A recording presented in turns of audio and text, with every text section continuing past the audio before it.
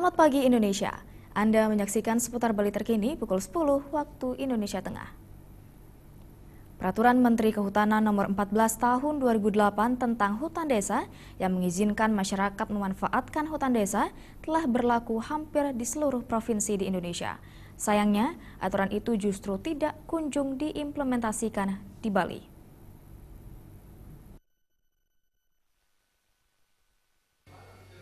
Hingga kini Pemprov Bali belum mengeluarkan izin hak pengelolaan hutan desa lantaran DPRD Bali belum pernah memberikan pertimbangan terkait pengelolaan hutan desa.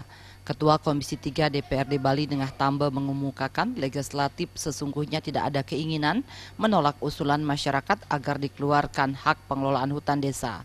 Hal ini dibuktikan dengan sebelum memutuskan untuk memberi pertimbangan atau merestui pemberian izin hak pengelolaan, Komisi 3 telah turun ke tiap-tiap kabupaten. Nengah Tambe mengemukakan bila izin ini telah disetujui, pemanfaatan diharapkan hutan desa akan memberi manfaat untuk kesejahteraan masyarakat desa. Masyarakat sejahtera, bisa manfaatkan. Karena sudah diatur kemiringan sekian, tanamannya ini. Kemiringan sekian, yang landai tanamannya ini. Itu bagus, ini BUMDes yang akan berperan di sana nanti. Dan pendampingannya tentu Dinas Kehutanan. Dari ketiga kabupaten di Bali yang memiliki hutan desa, diketahui masih banyak hutan yang rusak dan bolong akibat ulah masyarakat sendiri yang melakukan perambahan hutan.